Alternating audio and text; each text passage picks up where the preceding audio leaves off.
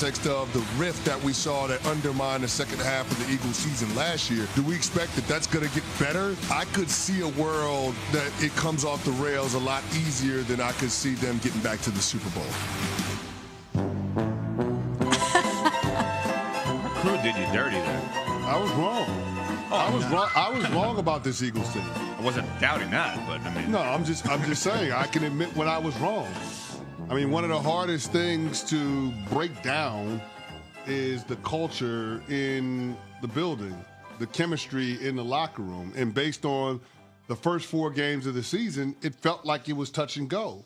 But they had a Damascus Road moment during the bye week, and everybody went to Nick Sirianni and said they needed him to be who he was, and they wanted to run the football more. They formed an identity around that offensive line, around Saquon Barkley and Jalen Hurts running the football, and they've been able to ride that formula to another appearance to the Super Bowl. And now we're talking about being able to get to 2 championship games in a span of 3 years. It's pretty damn impressive from the leaders in that Eagles locker room.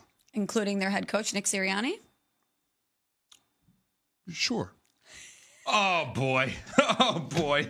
Oh, boy. All right, 55-23. They win yesterday. 7 rushing touchdowns. Nick Sirianni, the no-context resume. I'm going to say it that way, which is borderline disrespectful, but it's not meant to be because I'm with Smalls on this. CeCe's on the other side. This guy has not been good since he's been an NFL head coach. He's been phenomenal. 48-20, 2 Super Bowls, 4 playoffs, 2 division titles, a winning record in the postseason. And yes, he has been given arguably the best roster in the sport, but he also hasn't screwed up the best roster in the sport. And what he's done in his first 4 seasons of the franchise's head coach on ESPN2, we have the graphic, getting there to the Super Bowl multiple times. His name is with Mike Tomlin and Mike Shanahan, Bill Belichick, Joe Gibbs, Don Shula. That's pretty damn good to get there twice in the first 4 years as head coach. And their team yesterday with Saquon, who was phenomenal, the tush push, which we're going to get to because there's so much around that. I did not know you could just hand out points if you're a referee. That's an amazing thing. Horrible job by Coach Belichick retroactively not figuring out how to get the refs to do that. But that is... Wow, it only took 35 minutes into the show for you to bring up Belichick. Well, was this game in St. Louis? No, okay, it wasn't. It's not even close. 7 rushing touchdowns, 4 total touchdowns by Hurts, 3 total touchdowns by Barkley. Yeah, I think Sirianni deserves a lot of credit. It was a dominant effort from the Philadelphia Eagles yesterday, and I agree. I think we need to start putting some respect on Nick Sirianni's name. I know that for a long time we thought this thing would go off the rails the way it did last year when there was that slide at the end of the season, and he publicly admitted he didn't know how to stop it. I know that there are moments with him where he doesn't seem to have the regalness of a head coach. And by that, I mean, if you're yelling at the fans, if you're getting involved in stuff like that, it seems like that stuff should be beneath an NFL head coach. And we hang on to stuff like that. When there's reports that there's tension between the head coach and the quarterback, we hang on to stuff like that. But there were a lot of moments this season where little conflicts popped up that could have derailed the Philadelphia Eagles, and it did not. And if you're the head coach of an organization that goes to 2 Super Bowls in 3 seasons, and you have the record that Nick Sirianni has, I can't do anything but give you the respect that you deserve. He's done a very good job. Here's why none of the stuff before Week 5 even matters on Nick Sirianni's resume. The organization thought about firing him after last year. Yeah. So the people that cut his checks, the people that employ him, were thinking about getting rid of him. So all of the wins, the win percentage, the Super Bowl that he went through a couple of seasons ago, that didn't matter because they thought about firing him. So if they were on the fence about him, why is it unfair that I would be on the fence about Nick Sirianni this year? It's not unfair at all. No, that's what I'm saying. So, yeah, I'm looking at this Eagles team, and I'm saying good on them for being able to overcome that early adversity. They had to deal with some adversity in yesterday's game. You talked about the injuries up front with Cam Jurgens. Then Landon Dickerson got out. Cam Jurgens actually suited up in the second half and played well. They were able to find ways to beat back the Washington Commanders when they tried to get in the game. They came up with opportunistic takeaways. I mean, the one on Jeremy McNichols right before halftime was absolutely huge to make it a 2-possession game. Then you saw the one at the end of the third quarter on Austin Eckler, which kept the Commanders from being able to cut it to a 1-possession game. So absolutely phenomenal by the Eagles being able to come up with plays when they absolutely had to have him. And to me, that's a reflection of the leadership within that locker room. And that's why I start with Jalen Hurts and Saquon Barkley when we have those conversations.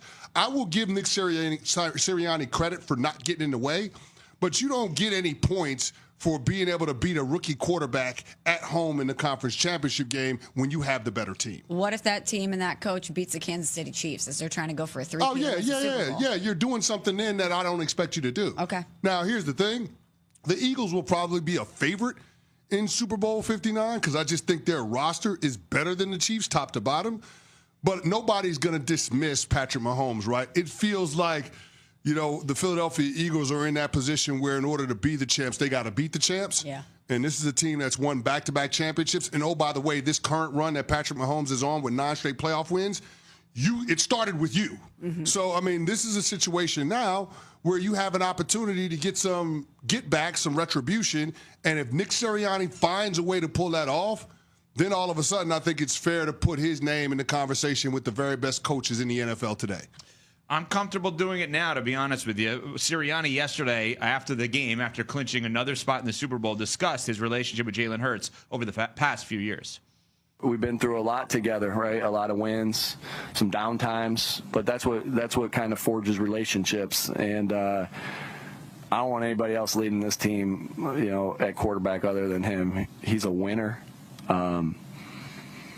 Again, it deals with so much criticism, which just blows my mind, right? Because of the questions I have to answer. I don't look too much into that, but the questions that I have to answer, and it's just like, man, this guy wins. I mean, he's won his entire life. Like, that's more important. Winning at quarterback is more important than any stat that you go through. And I'm sure it'll be the same thing. Like, oh, he's got great players around him. Well, you tell me a quarterback that's won like this that has around him. I got to be honest, like whether you think he's great or not, he's so right about what he just said about Jalen Hurts in my mind. I have not understood. Is he, though? Yes, I have not understood the criticism of Jalen Hurts all year. What are we criticizing? Who's criticizing Jalen Hurts? Oh, my God. Pat is an Eagles fan. There are many people that have. Pat gets infuriated with Jalen Hurts because he thinks he takes too many sacks. Okay. And I might agree with that. But overall, I don't think anybody looks at Jalen Hurts and says, this guy can't get it done. This guy ain't good enough. He went to a Super Bowl and arguably outplayed Patrick Mahomes. Yeah, I'm just sitting back looking at the rankings that I had of the quarterbacks coming into the postseason. I had Jalen Hurts 6, so right outside of the top 5. I'm agreeing that he's awesome. And now retroactively, that might be a little low, but there was plenty of respect that we had for this show when it comes to the Jalen Hurts of it all. And also, we can't forget how the Eagles season last year ended, and maybe that's why you had him where you had him. But I think, Smalls, there's been so many people that have asked the question about whether or not he can win the game for them. And I'm like, he is. Because he's not giving the other team the ball. Like, that's helping them win. They have an awesome offense. He hasn't thrown an interception since November 10th. Yeah. He's awesome. I think the Jalen Hurts of it all is a straw man argument. Mm-hmm. The criticism that we've all had about the Eagles ain't about the players on the field. It's been about the coach. I had Jalen Hurts as a top 10 quarterback coming into this season. I'm just now looking back at my notes. You also had him outside the top 10 at one point. No, I had him as a top 10 quarterback coming into the season. I'm sitting here looking.